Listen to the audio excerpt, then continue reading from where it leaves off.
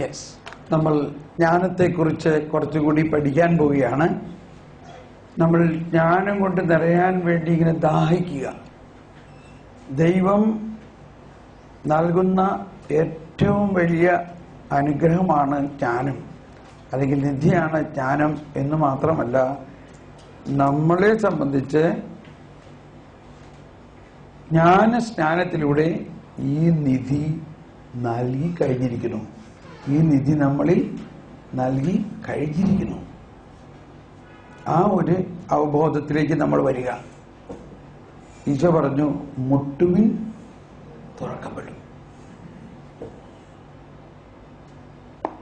ഒന്ന് ചിന്തിച്ചേ, ഈ ജ്ഞാനം നമ്മളിൽ നൽകപ്പെട്ടിരിക്കുന്നുവെങ്കിലും, ഇന്നലെ നമ്മൾ ജ്ഞാനസ്നാനത്തെക്കുറിച്ചെല്ലാം കുറെ പഠിച്ചു. അപ്പൊ ജ്ഞാനസ്നാനവും സ്ഥൈര്യലേപനവും വിശുദ്ധ കുർബാനയും എല്ലാം ഈ ജ്ഞാനം നമ്മൾക്ക് നൽകിക്കൊണ്ട് യേശുക്രിസ്തു തന്നെ. ആരാണ് യേശുക്രിസ്തു? പൗലോസ്ലീഹയുടെ എല്ലാ ലേഖനങ്ങളിലും തുടിക്കുന്ന ആദ്യത്തെ ആശയം യേശുക്രിസ്തു ദൈവത്തിന്റെ ജ്ഞാനവും ശക്തിയും അത്രേ എന്നുള്ളതാണ്. യേശുക്രിസ്തു ആരാണ്? ദൈവത്തിന്റെ ജ്ഞാനവും ശക്തിയും അത്രേ. ആ ലോകത്തിന്റെ പ്രകാശമായ യേശുക്രിസ്തു, ആ പ്രകാശം എന്ന് പറയുന്നത് ജ്ഞാനമാണ്. ഈ പുതിയ രാജ്യമെന്ന് പറയുന്നത്, ദൈവരാജ്യം എന്ന് പറയുന്നത്, ഈ ജ്ഞാനിയായ സർവജ്ഞനായ ഭരണകർത്താവും അങ്ങയുടെ ഭവനത്തിൽ വസിക്കുന്നവരുടെ വിസ്മയനീയനായ പരിപാലകനും സകല സൗഭാഗ്യങ്ങളുടെയും സകല നന്മകളുടെയും ഉറവിടവുമായ ദൈവമേ, അങ്ങയുടെ സ്വഭാവത്തിനൊത്ത വിധം ഞങ്ങളോട് കരുണയായിരിക്കണേ.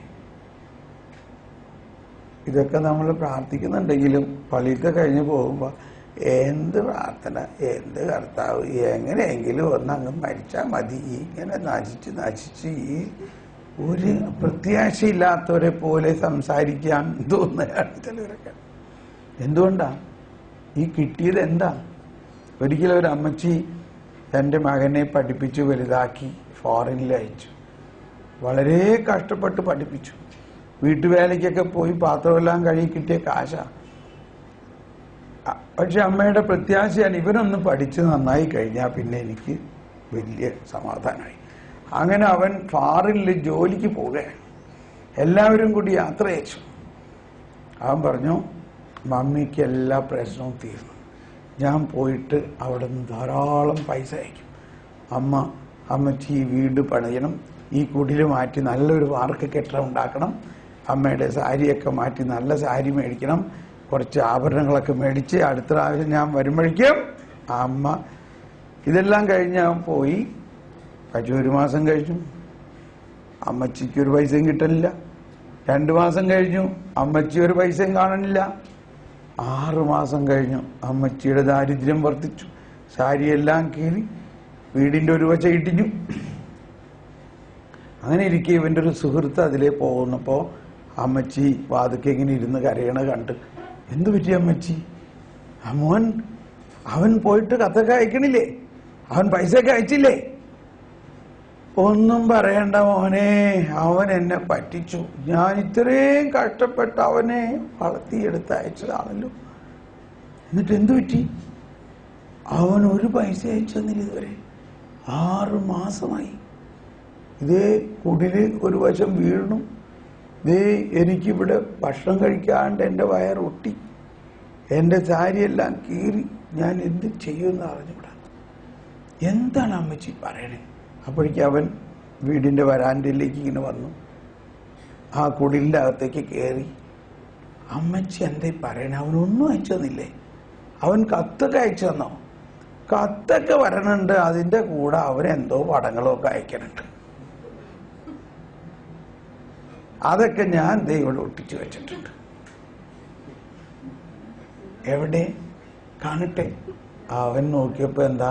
എന്റെ അമ്മച്ചി, ഇത് പടങ്ങളല്ല, ഇത് ഡോളർ നോട്ടുകളാണ്. ഈ ഡോളർ നോട്ടുകള് ബാങ്കിൽ കൊണ്ടുവന്ന് കൊടുക്കണം. ഇങ്ങനത്തെ ഇനിയുണ്ടോ? കുറെ ഉണ്ട് അവിടെ, കിടക്കണം.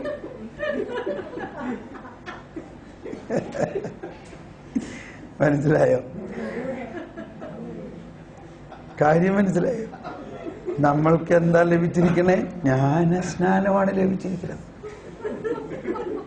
ആ ജ്ഞാനസ്നാനത്തിലൂടെ കിട്ടിയ ജ്ഞാനമെല്ലാം എന്തിനാന്നറിയാതെ അവിടെ ഒട്ടിച്ചു വെച്ചിരിക്കുക. ഇതാണ് നമ്മുടെ അവസ്ഥ.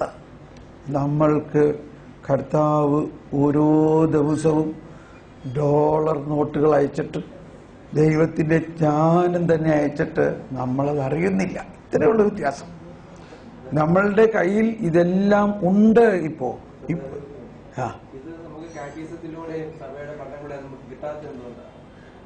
അതാണ്. അതിപ്പോ എന്താ പറയാ, അങ്ങനെ പറഞ്ഞിട്ട് കഴിയില്ല. കാറ്റഗിസവും ഇതെല്ലാം നമ്മൾ ഉദ്ദേശിക്കുന്നത് സഭ. സഭ എന്ന് പറഞ്ഞാൽ ആരാന്ന് തന്നെ മനസ്സിലാവണം. സഭ എന്ന് പറഞ്ഞാൽ എന്താ, ആരാ? സഭ എന്ന് പറഞ്ഞാൽ അവിടുത്തെ അച്ഛനോ കപ്പ്യാരോ ബിഷപ്പോ ഒന്നും അല്ല സഭ. സഭ ദൈവജനമാണ്. സഭ ദൈവജനമാണ്. ഞാനും ഈ സഭയിൽ തന്നെയാണ് വളർന്നത്. ഇതിൽ നമ്മൾ തന്നെ ഉണ്ടാകേണ്ട ഇനിഷ്യേറ്റീവ് ഉണ്ട്. നമ്മുടെ ഒരു ഇനിഷ്യേറ്റീവ് എന്ന് പറഞ്ഞാൽ ദൈവത്തിൻ്റെ വചനത്തിൽ അടങ്ങിയിരിക്കുന്ന ജ്ഞാനത്തെക്കുറിച്ച് നമ്മൾ ചെറുപ്പം മുതലേ പ്രാർത്ഥിക്കണം. അത്രേ ഉള്ളൂ. ജ്ഞാനത്തിന് വേണ്ടി പ്രാർത്ഥിച്ചാലേ ഇതൊക്കെ ശരിയാവുന്നുള്ളതാണ്.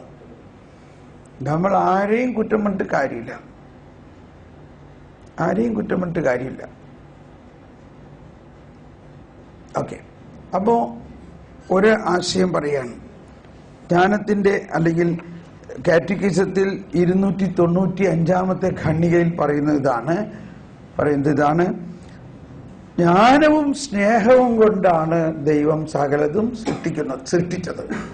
എന്തുകൊണ്ടാണ് ദൈവം സകലതും സൃഷ്ടിച്ചത്? ജ്ഞാനവും സ്നേഹവും. തന്റെ ജ്ഞാനത്തിന് അനുസൃതമായി ദൈവം ലോകത്തെ സൃഷ്ടിച്ചുവെന്നും നാം വിശ്വസിക്കുന്നു. ലോകം ഏതെങ്കിലും തരത്തിലുള്ള നിർബന്ധത്താൽ സൃഷ്ടിക്കപ്പെട്ടതല്ല, എതിർച്ഛയാ ഭവിച്ചതുമല്ല, അന്ധമായ വിധിയുടെ ഫലവുമല്ല. ദൈവത്തിന്റെ സ്വതന്ത്രേച്ഛയിൽ നിന്നും ഉദ്ഭവിക്കുന്നതാണ് ലോകമെന്ന് നാം വിശ്വസിക്കുന്നു. ഇനി അടുത്തത് പറയാൻ വേണ്ടിയാണ് ഞാനിത് മുഴുവനും വായിച്ചത്. എല്ലാവരും നേറ്റു പറഞ്ഞുകൊണ്ട്: തന്റെ സത്തയിലും ജ്ഞാനത്തിലും നന്മയിലും സൃഷ്ടികളെ ഭാഗഭാക്കുകളാക്കാൻ ദൈവം തിരുമനസ്സായി. കാരണം അങ്ങ് സർവവും സൃഷ്ടിച്ചു, അങ്ങയുടെ ഹിതമനുസരിച്ച് അവയ്ക്ക് അസ്തിത്വം ലഭിക്കുകയും അവ സൃഷ്ടിക്കപ്പെടുകയും ചെയ്തു. അതിനാൽ സങ്കീർത്തകൻ ഇങ്ങനെ ഉദ്ഘോഷിക്കുന്നു: കർത്താവേ, അങ്ങയുടെ സൃഷ്ടികളെത്ര വൈവിധ്യപൂർണങ്ങൾ ആണ്. ജ്ഞാനത്താൽ അങ്ങവയെ സൃഷ്ടിച്ചു ഭൂമി. സങ്കീർത്തനം 104:24 അങ്ങയുടെ സൃഷ്ടികൾ ജ്ഞാനത്താൽ അങ്ങ് എല്ലാത്തിനെയും സൃഷ്ടിച്ചു. ജ്ഞാനത്താൽ എന്തിനു സൃഷ്ടിച്ചു? അങ്ങ് തന്റെ സത്താപരമായ സത്തയിൽ, ദൈവത്തിന്റെ സത്തയിലും ജ്ഞാനത്തിലും നന്മയിലും സൃഷ്ടികളെ ഭാഗഭാക്കുകളാക്കാൻ ദൈവം തിരുമനസ്സായി. ഇപ്പൊ ഞാൻ ചോദിക്കുന്ന ഒരു ചോദ്യം എപ്പോഴും എന്റെ പ്രാർത്ഥനയിലൊക്കെ അതുണ്ട്: ദൈവം എന്തിനു നമ്മളെ സൃഷ്ടിച്ചു? ആരെങ്കിലും ഒന്ന് പറഞ്ഞേ, ദൈവം എന്തിന് നമ്മെ സൃഷ്ടിച്ചു? പറഞ്ഞു. നമ്മൾ കൊച്ചു വേദപുസ്തകത്തിൽ പഠിച്ചേക്കണത് പറയാം, പിന്നെ വലിയ വേദപുസ്തകത്തിലേക്ക് പോകാം. കൊച്ചു വേദോപദേശത്തിൽ പഠിച്ചേക്കണ എന്താ? ദൈവത്തെ അന്വേഷിക്കുവാനും അറിയുവാനും സ്നേഹിക്കുവാനും ആരാധിക്കുവാനും മഹത്വപ്പെടുത്തുവാനും ദൈവം നമ്മെ സൃഷ്ടിച്ചു. എന്തിനാണത്? എന്തിനാ ദൈവത്തെ നമ്മൾ അന്വേഷിക്കുകയും കണ്ടെത്താനും? അപ്പോൾ അതിന്റെ അടിസ്ഥാനപരമായ ഉയർന്ന ചിന്താഗതി ഇതാണ്: ദൈവം തന്റെ ജീവനിൽ പങ്കാളിയാക്കാൻ വേണ്ടി നമ്മെ സൃഷ്ടിച്ചു. ദൈവം തന്റെ ജീവനിൽ പങ്കാളിയാക്കാൻ വേണ്ടി നമ്മെ സൃഷ്ടിച്ചു.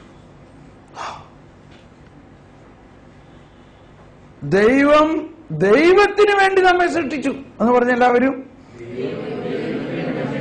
അതൊന്ന് ഉച്ചത്തിൽ പറഞ്ഞേ ഒന്നുകൂടി.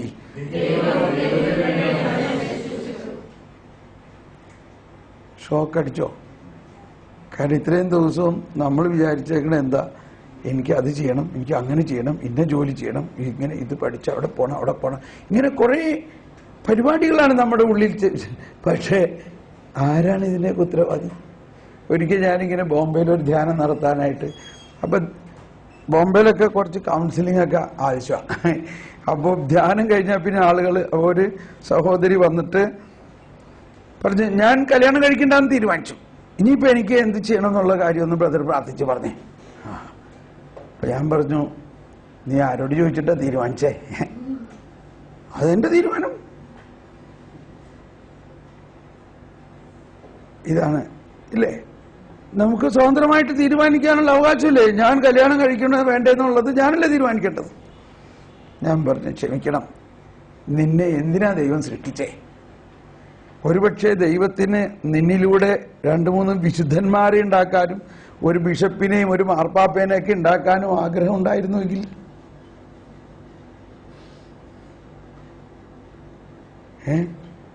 അല്ലെങ്കിൽ ഒരു ശാസ്ത്രജ്ഞനെയോ ഒരു വേദപാരംഗത്തിനെയൊക്കെ ഉണ്ടാക്കാൻ ആഗ്രഹം ഉണ്ടായിരുന്നെങ്കിൽ, ഇതൊന്നും എന്താ ഈ പറയണത്? ഞാൻ കല്യാണം കഴിക്കണ പ്രശ്നമില്ല. അല്ല, ഞാനതൊന്നും പറഞ്ഞില്ലല്ലോ. നീ ആരോട് ചോദിച്ചിട്ടാ തീരുമാനിക്കണേ? നീയാണോ ഈ തീരുമാനം എടുക്കേണ്ടത്? നിന്നെ ദൈവം സൃഷ്ടിച്ചു എന്ന് വിശ്വസിക്കുന്നുവോ? അത് വിശ്വസിക്കുന്നു. എന്തിനാ സൃഷ്ടിച്ചേ? എന്തിനാ നിന്നെ സൃഷ്ടിച്ചേ? അത് ഇന്നേ വരെ ഞാൻ ചിന്തിച്ചിട്ടില്ല. Very good. എന്നാൽ ഇപ്പോഴെങ്കിലും ഒന്ന് ചിന്തിക്കുക. ഇതാണ് ഉത്തരം.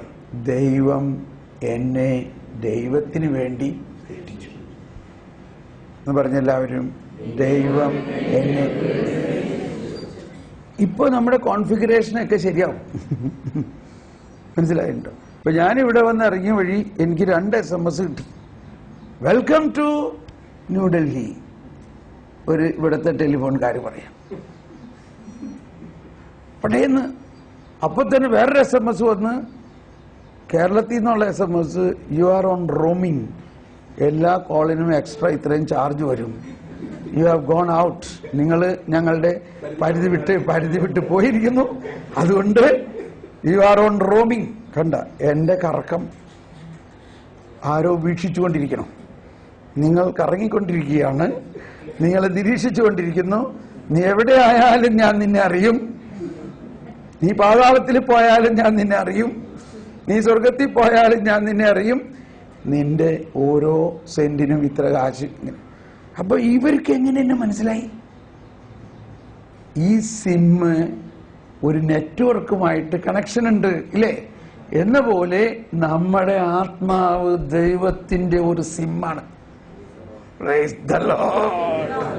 നീ എവിടെ പോയാലും ഞാൻ നിന്നെ അറിയും, നിനക്ക് എപ്പോഴും എന്തും ഞാൻ തന്നുകൊണ്ടിരിക്കുകയാണ്. എനിവേ, ഈ പെണ്ണിന്റെ കാര്യം നല്ലൊരു കാര്യമാണ്. ഇനിയിപ്പോൾ ഇവിടുത്തെ ആളുകളുടെ കാര്യം അത് സ്പർശിക്കണോ വേണ്ടിയാണോ പറയണതെന്ന് എനിക്ക് അറിഞ്ഞൂടാ. അപ്പോൾ അവൾക്ക് പെട്ടെന്ന് ഒരു ഭൂതോദയം, അവർക്ക് പെട്ടെന്ന് അതൊരു ഷോക്കാണ്. അവൾ പറയാണ്, ഇന്നേം വരെ ഞാൻ അങ്ങനെ ചിന്തിച്ചിട്ടില്ല, ഞാൻ എൻ്റെ കാര്യം ഞാൻ വളരെ കൃത്യമായിട്ട് പാലിച്ചൊക്കെ പോകുന്നു, എല്ലാം ഭംഗിയായിട്ട് പോകുന്നു എന്നാണ് ഞാൻ വിചാരിച്ചിരിക്കണേ. അപ്പോൾ ഞാൻ പറഞ്ഞു, ഞാനൊന്ന് പ്രാർത്ഥിക്കട്ടെ. ഞാൻ പ്രാർത്ഥിച്ചിട്ട് പറഞ്ഞു, നിന്റെ കുറിച്ചുള്ള ദൈവഹിതം വിവാഹം കഴിക്കാനാ. അവൾക്കാകെ അങ്ങ് ഭയങ്കര പരാക്രമമായി. എന്നിട്ട് ഞാൻ ചോദിച്ചു, നീ വിവാഹം കഴിക്കണ്ടെന്ന് വിചാരിച്ചത് നിന്റെ അപ്പൻ കള്ളു കുടിച്ച അമ്മേനെ അടിക്കണ കണ്ടിട്ടില്ലേ? അതുകൊണ്ടല്ലേ? കുഞ്ഞുനാളിലെ മുതൽ കണ്ടിട്ടില്ലേ? അപ്പോഴൊക്കെ നീ വിചാരിച്ചേക്കും ഇങ്ങനെയാണെങ്കിൽ കല്യാണം കഴിക്കാതിരിക്കാൻ നല്ലത്. അപ്പൊ അവളുടെ കണ്ണിയിൽ നിന്നിങ്ങനെ കുടുകുടാന്ന് ധാരധാരയായി അവള് പറഞ്ഞു, ശരിയാണ് ബ്രദറെ. അപ്പൊ അതുകൊണ്ട് അറ്റ്ലീസ്റ്റ് നീ ഇപ്പൊ ഇങ്ങനെ വിചാരിക്കുക, കർത്താവേ നിന്റെ ഹിതം എൻ്റെ ഹിതം എന്ന് പറഞ്ഞ എല്ലാവരും നിന്റെ ഹിതം എൻ്റെ ഹിതം. ഞാൻ എൻ്റെ ഹിതമനുസരിച്ച് എന്തെല്ലാം പ്ലാൻ ചെയ്തിട്ടുണ്ടോ അതെല്ലാം ഞാൻ വിടുന്നു.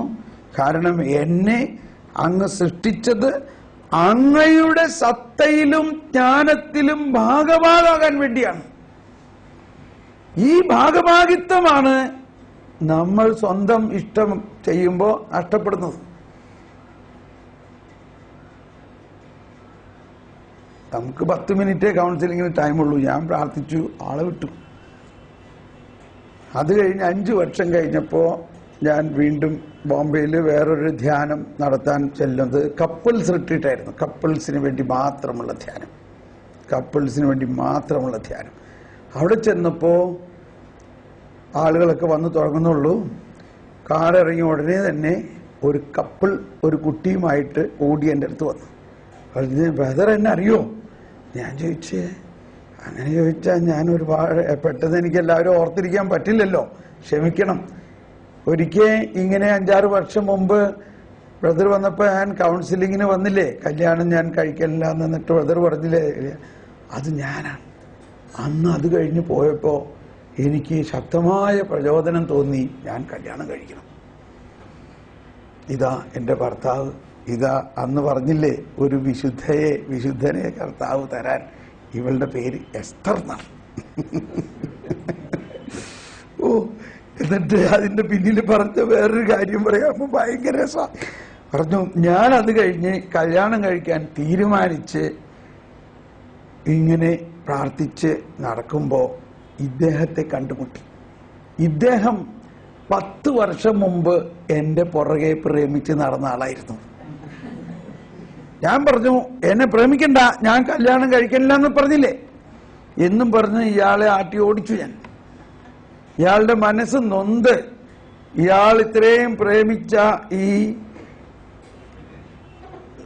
മണവാട്ടിയെ കിട്ടിയില്ല എന്നുള്ള പ്രതിഷേധത്തിൽ ഇയാൾ കല്യാണം കഴിക്കണ്ടെന്ന് തീരുമാനിച്ച്, എന്നാ പിന്നെ എന്ത് ചെയ്യണം, സെമിനാരിയിൽ പോയി അച്ഛനാകാന്ന് വിചാരിച്ച് സെമിനാരിൽ പോയി 10 വർഷം സെമിനാരിയിൽ പഠിച്ചു കഴിഞ്ഞപ്പോൾ അവരെ ഡിസൈൻ ചെയ്ത് പറഞ്ഞു, നിനക്ക് വിളിയില്ല, നിനക്ക് വിളിയില്ല എന്ന് പറഞ്ഞു സെമിനാരിയിൽ നിന്ന് പറഞ്ഞു വിട്ടു. അങ്ങനെ അയാള് നടക്കണ നേരത്ത് വീണ്ടും എന്നെ കണ്ടുമുട്ടുകയാണ്. അപ്പൊ ഞാൻ ഇയാളോട് ചോദിച്ചു, ഹേയ് നീ അച്ഛനാകാൻ പോകുന്നിട്ട് ഇപ്പൊ എന്താ? അപ്പോ ചോദിച്ചു, നീ ഇപ്പൊ കല്യാണം കഴിക്കാൻ തയ്യാറാണോ? അപ്പൊ നീ കല്യാണം കഴിക്കില്ല എന്ന് പറഞ്ഞു. അത് തെറ്റായിരുന്നു. എന്നാ ഞാനും അച്ഛനാകാൻ പോവാന്ന് പറഞ്ഞത് തെറ്റായിരുന്നു. വരുവിൻ നമുക്ക് കല്യാണം കഴിക്കാം. അങ്ങനെ അവര് കല്യാണം കഴിച്ചു. എന്തോ ഒരു കർത്താവിന്റെ കറക്ക് കമ്പനിയാ നോക്കി. ഇത്രയും ഈ കറക്കേണ്ടി വന്നല്ലോ മനുഷ്യന്. ഇല്ലേ, isn't it beautiful? ഓ, അപ്പൊ ഇതെല്ലാത്തിന്റെയും ആകത്തുക എന്താ? ഞാനും ഇല്ലാതെ ചില തീരുമാനങ്ങൾ എടുത്തു. അപ്പൊ ഇങ്ങനെ ഭയങ്കര രസകരമായ കാര്യങ്ങളാണ് ജ്ഞാനത്തിന് വേണ്ടി ഞാൻ. അപ്പൊ എനിക്ക് ഭയങ്കര സന്തോഷമായി. കണ്ടോ, അവര് വളരെ സന്തോഷമായിട്ട് ജീവിക്കണം. അപ്പൊ ഒന്ന്, നമ്മളുടെ തീരുമാനങ്ങളുടെ എല്ലാം, ദൈവത്തിന്റെ വെളിപ്പെടുത്തലുകളുടെ എല്ലാം രഹസ്യത്തിന്റെ പ്രധാന ഒരു കാര്യം ദൈവവും നമ്മളുമായിട്ടുള്ള വ്യക്തിബന്ധം. ഇന്നലെ നമ്മൾ മനസ്സിലാക്കി എന്താണ് ദൈവത്തിന്റെ ഛായയിലും സാദൃശ്യത്തിലും ദൈവം നമ്മളെ സൃഷ്ടിച്ചു എന്നതിന്റെ അർത്ഥം. എന്താണ് ആ ഛായ, എന്താണ് ആ സാദൃശ്യം? ഒരിക്കൽ കൂടി പറയാണ് ഇന്നത്തെ വന്നവർക്ക് വേണ്ടിയിട്ട്. ഛായ എന്ന് പറഞ്ഞാൽ ദൈവം മനുഷ്യനെ ദൈവത്തിന്റെ തന്നെ ഛായയിൽ, അതായത് ദൈവത്തിന്റെ വ്യക്തിത്വം നൽകിക്കൊണ്ട് സൃഷ്ടിച്ചു. നമ്മൾ ദൈവമാകുന്ന വ്യക്തിയുടെ അതേ വ്യക്തിത്വമാണ്. എന്ന് പറഞ്ഞാൽ കുതിരയെയോ കഴുതയെയോ സിംഹത്തെയോ പുലിയെയോ പട്ടിയെയോ പൂച്ചയെയോ ദൈവത്തിന്റെ വ്യക്തിത്വം കൊടുത്തിട്ടില്ല. സൃഷ്ടിയാണ്, പക്ഷേ ദൈവത്തിന്റെ വ്യക്തിത്വം കൊടുത്തിട്ടില്ല. സൂര്യനോ ചന്ദ്രനോ നക്ഷത്രങ്ങളോ ദൈവം സൃഷ്ടിച്ച വലിയ കാര്യങ്ങളാണെങ്കിലും അവയ്ക്കൊന്നിനും ദൈവം തന്റെ വ്യക്തിത്വം കൊടുത്തിട്ടില്ല. ഇപ്പൊ കുറച്ചുകൂടി ക്ലിയർ ആയില്ലേ? ഈ വ്യക്തിത്വം ദൈവത്തിന്റെ തനതായ വ്യക്തിത്വം. ദൈവം ഒരാളാണ്.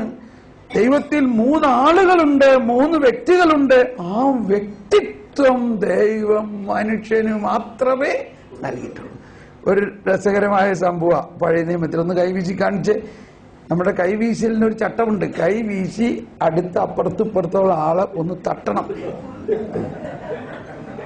മനസ്സിലായോ? ഒന്ന് തട്ടിക്കോ. അതാ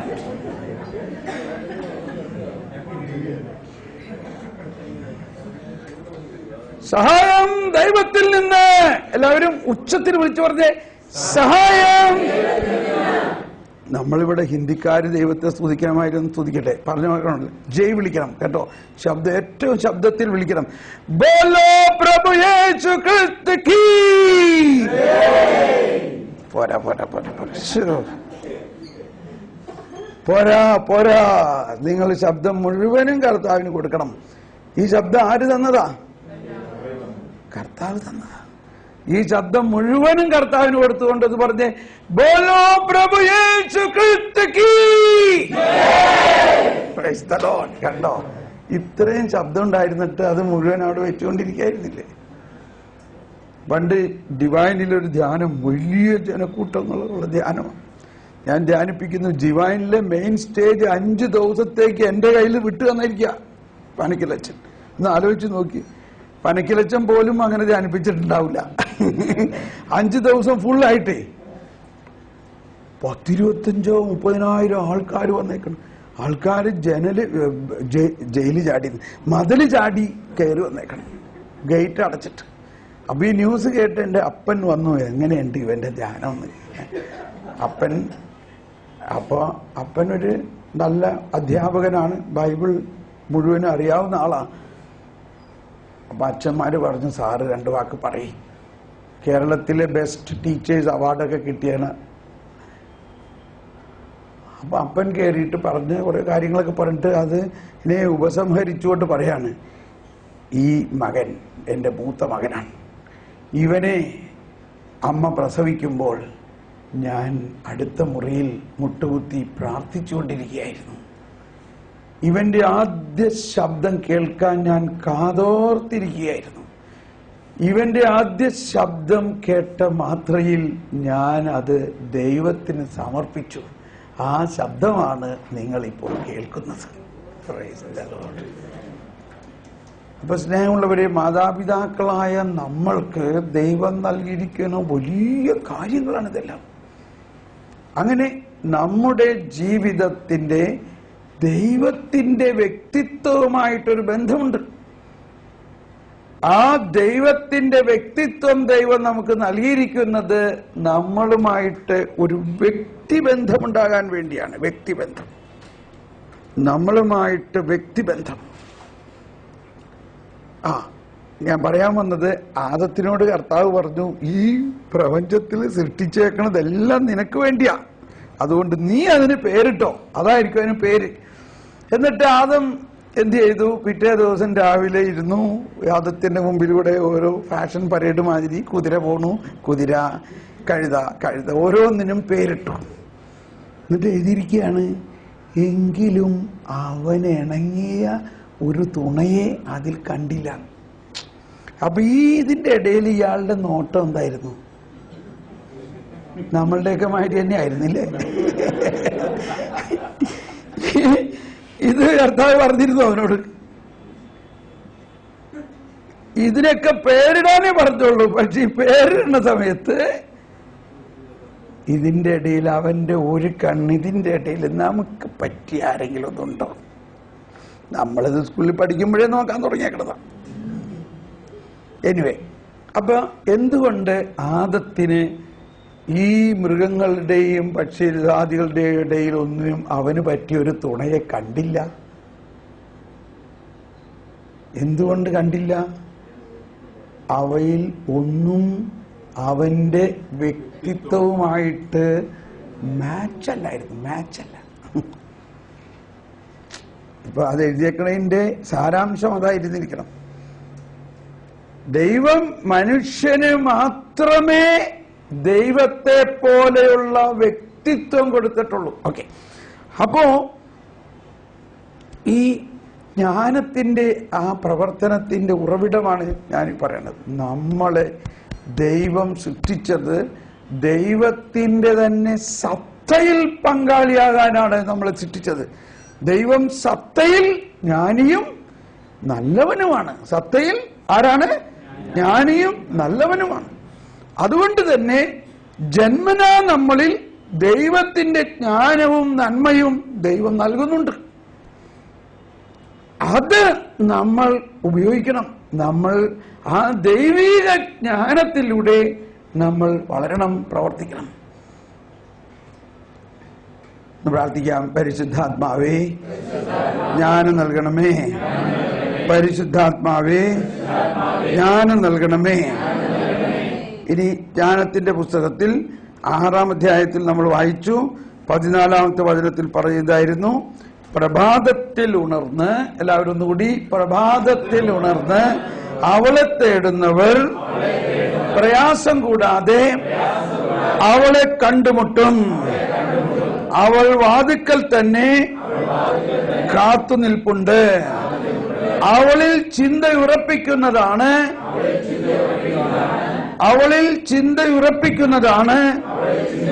വിവേകത്തിന്റെ പൂർണ്ണത. അവളുടെ കാര്യത്തിൽ ജാഗരൂകതയുള്ളവൻ ദുഃഖവിമുക്തനാകും. നമ്മൾക്ക് ദുഃഖവും നിരാശയും ആകുലതകളും ഒരുപാടുണ്ട്.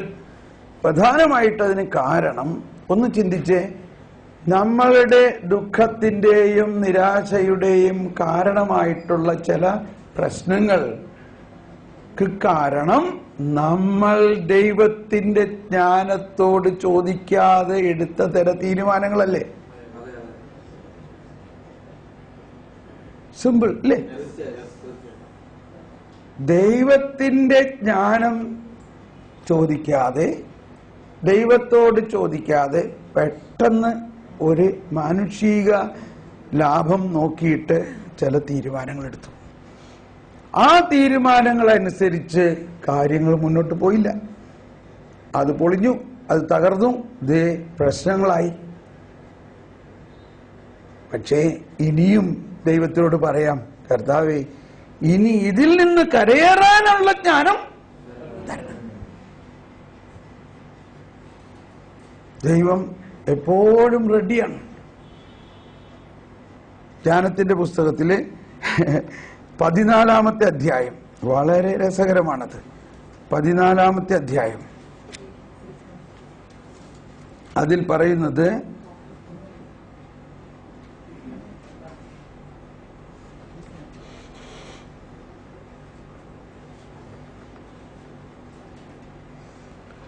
കോളുകൊണ്ട സമുദ്രത്തിൽ യാത്രയ്ക്കൊരുങ്ങുന്നവൻ താനിരിക്കുന്ന കപ്പലിനേക്കാൾ അതിദുർബലമായ തടിക്കഷ്ണത്തോട് പ്രാർത്ഥിക്കുന്നു. ഒന്നെല്ലാവരും ഏറ്റു പറഞ്ഞേ, കോളുകൊണ്ട കപ്പലിൽ യാത്രയ്ക്കൊരുങ്ങുന്നവൻ താനിരിക്കുന്ന കപ്പലിനേക്കാൾ അതിദുർബലമായ തടിക്കഷ്ണത്തോട് പ്രാർത്ഥിക്കുന്നു. ആ യാനപാത്രത്തിന് രൂപം നൽകിയത് ലാഭേച്ഛയാണ്, ജ്ഞാനമാണ് അതിന്റെ ശില്പി. വല്ലതും മനസ്സിലായോ? സമുദ്രത്തിൽ, കോളുകൊണ്ട സമുദ്രത്തിൽ കപ്പല് ഇരുമ്പ് കൊണ്ടുണ്ടാക്കിയതാണ്. പക്ഷേ വലിയ കാറ്റും കോളും വന്നാൽ കപ്പല് മുങ്ങും, കപ്പല് തകരാം. വലിയ ടൈറ്റാനിക് വരെ ആദ്യത്തെ വോയേജിൽ പൊട്ടി. ഇനി അവിടെ എന്താ പറഞ്ഞിരിക്കുന്നത്? ആ കോളും കാറ്റും വന്നപ്പോൾ അതിനകത്തുള്ള ആള് ഒരു തടിക്കഷ്ണത്തോട് പ്രാർത്ഥിക്കുന്നു. അഥവാ ഒരു തടിക്കഷ്ണത്തെ കണ്ട് ആശ്വസിക്കുന്നു. അഥവാ ആ തടിക്കഷ്ണത്തിൽ രക്ഷ പ്രാപിക്കാമെന്ന് പ്രത്യാശിക്കുന്നു. എന്താണ് ആ തടിക്കഷ്ണം?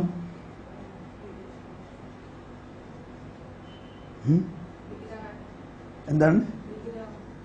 വിഗ്രഹം.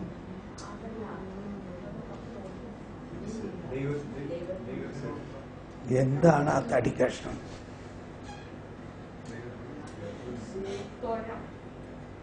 തൊഴ. തൊഴ കപ്പല് പൊളിഞ്ഞാ പിന്നെ തുഴ കിട്ടിയിട്ട് എന്താ കാര്യം? തുഴ വള്ളമൊക്കെ ആണെങ്കിൽ തുഴഞ്ഞ് കയറാൻ പറ്റും.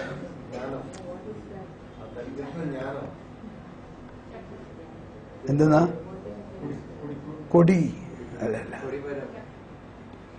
അപ്പൊ നിങ്ങള് കപ്പലിലൊന്നും പോയിട്ടുണ്ടാവില്ലായിരിക്കും അല്ലേ? ബോട്ടിൽ കയറിയിട്ടുണ്ടല്ലോ.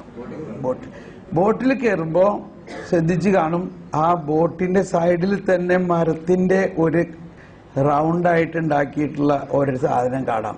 ലൈഫ് ബോയ് എന്ന് പറയും. ലൈഫ് ബോയ് അല്ലേ?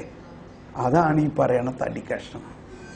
കപ്പൽ മുങ്ങിയാൽ താനെ ഈ തടി കഷ്ണങ്ങളൊക്കെ പൊങ്ങും. അതുപോലെ അതിങ്ങനെ തൂക്കിയിട്ടിരിക്കുക. കപ്പല് ബോട്ട് ചത്താൽ എന്ന് പറഞ്ഞാൽ, ബോട്ട് മുങ്ങിയാൽ താനെ ഇതിന്റെ ഈ തടി കഷ്ണങ്ങൾ പൊങ്ങും. അല്ലെങ്കിൽ ബോട്ട് മുങ്ങാറാകുമ്പോൾ തോന്നുകയാണെങ്കിൽ ഉടനെ ഈ ലൈഫ് ബോയ് ഒക്കെ എടുത്ത് പുറത്തെറിയണം. ആളുകള് അതിൽ തൂങ്ങിക്കിടക്കും. അത് മുങ്ങൂല. കാരണം അത് തടിയാണ്. അത് കനം കുറഞ്ഞ തടിയാ. അത് പൊങ്ങുകൊണ്ടുണ്ടാക്കിയിട്ടുള്ളതാണ്, കോർക്ക് കൊണ്ടുണ്ടാക്കിയിട്ടുള്ളതാണ്. ഇനി ഒന്ന് ചിന്തിച്ചു നോക്കിയേ, ഇനി ഒന്ന് വായിച്ചു നോക്കിയേ. കോളുകൊണ്ട കപ്പലിൽ എല്ലാവരും യാത്രയ്ക്കൊരുങ്ങുന്നവൻ താനിരിക്കുന്ന കപ്പലിനേക്കാൾ അതിദുർബലമായ തടിക്കഷത്തോട് പ്രാർത്ഥിക്കുന്നു. ആ യാനപാത്രത്തിന് രൂപം നൽകിയത് ലാഭേച്ഛയാണ്, ജ്ഞാനമാണ് അതിന്റെ ശില്പി.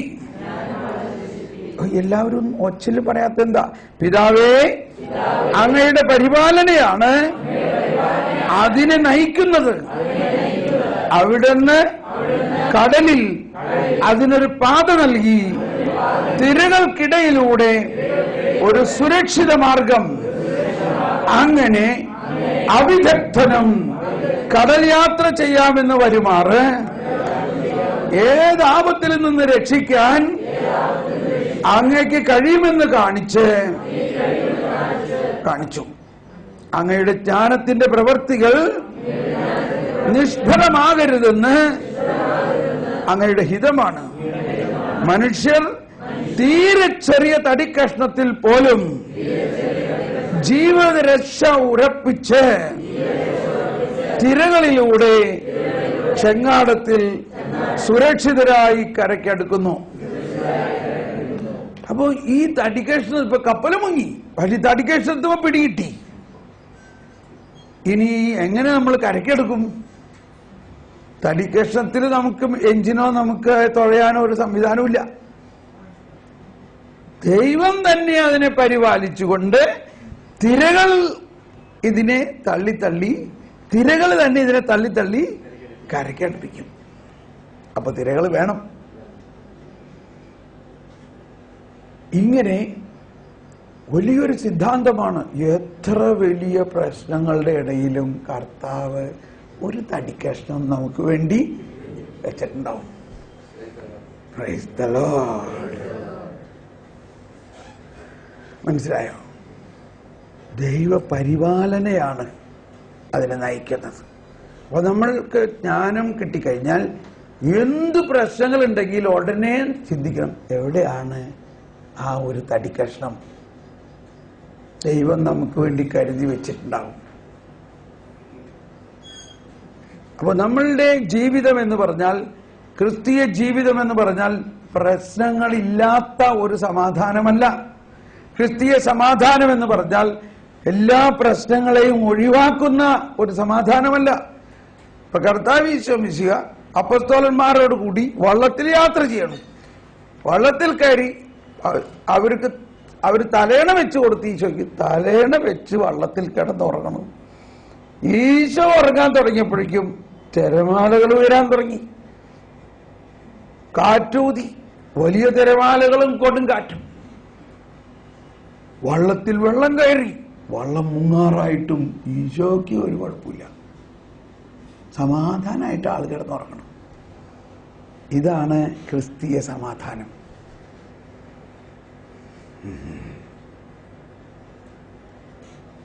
പ്രശ്നങ്ങളുടെ മധ്യത്തിലുള്ള ദൈവ സാന്നിധ്യം, പ്രശ്നങ്ങളുടെ മധ്യത്തിൽ ദൈവവുമായിട്ടുള്ള ആ ലയനം. കർത്താവിനെ സംബന്ധിച്ച് ഈ തിരകളും കടലും കാറ്റും ദൈവത്തിന്റെ സൃഷ്ടിയാ, ദൈവത്തിന്റെ കരവേലയാ. അവർക്ക് കിട്ടിയ അവസരം നോക്കി അവര് കർത്താവിനൊന്ന് താരാട്ട് പാടായിരിക്കും, വാവാവോ വാവാവോ. പക്ഷെ നമുക്ക് തോന്നണത് എന്താ? കൊടുങ്കാറ്റാന്നാ. കർത്താവ് ഉടനെ എഴുന്നേറ്റു. ഇവര് ബഹളം ഉണ്ടാക്കി, കർത്താവേ എനിക്ക് ഞങ്ങൾ മുങ്ങാൻ പോവുകയാണ്, എനിക്ക്. കർത്താവ് ഉണർന്നപ്പോൾ ഉടനെ പറഞ്ഞത് എന്താ? എവിടെ നിങ്ങളുടെ വിശ്വാസം? ഞാൻ നിങ്ങളുടെ വള്ളത്തിലുള്ളപ്പോ നിങ്ങളുടെ വള്ളം മുങ്ങോ? ഇതാണ് ജ്ഞാനം. ആ വള്ളം നമ്മളാണ്. കർത്താവ് നമ്മുടെ ഉള്ളത്തിലുള്ളപ്പോ നമ്മുടെ വള്ളം മുങ്ങോ?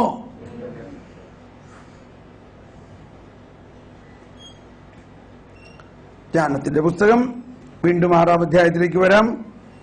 6-ാം അധ്യായത്തിൽ 11 മുതൽ ഉള്ള വചനങ്ങളിൽ 4-5 കാര്യങ്ങൾ ജ്ഞാനത്തെക്കുറിച്ച് പറഞ്ഞിട്ടുണ്ട്. ചത്തി സമയമായില്ലേ? നിർത്താം. അപ്പൊ ജ്ഞാനത്തിന്റെ പുസ്തകത്തിൽ ഇതൊക്കെ നമ്മുടെ യോഹന്നാൻ ക്രൂസ് പിതാവിന്റെ ജ്ഞാനം എന്ന് കേൾക്കുമ്പോൾ മനസ്സിലായല്ലോ. എന്തോ ഒരു ജ്ഞാനമാണ്. യോഹന്നാൻ ക്രൂസാണ് എനിക്ക് ഈ ജ്ഞാനത്തിനെ കുറിച്ച്, അതായത് ദൈവത്തിന്റെ ആ ഇൻഡ്വെല്ലിംഗ് എക്സ്പീരിയൻസിലേക്ക് പോയി കഴിഞ്ഞാൽ, ആ ലയനത്തിലേക്ക് പോയി കഴിഞ്ഞാൽ, ഉള്ളിന്റെ ഉള്ളിൽ ഇങ്ങനെ ലയിച്ചിരിക്കുമ്പോൾ ആദ്യം സ്നേഹം, കരുണ, ഇതെല്ലാം കഴിഞ്ഞിട്ട് ദൈവത്തിന്റെ സത്തയിൽ നമ്മൾ പങ്കാളിയാകുന്നത് ആ ജ്ഞാനം ഇങ്ങനെ ഒഴുകാൻ തുടങ്ങും. എന്നിട്ട് എൻ്റെ ഉള്ളിൽ ഇങ്ങനെയാ തോന്നാറുള്ളത്, എടാ മകനെ, എനിക്കുള്ളതെല്ലാം നിനക്ക്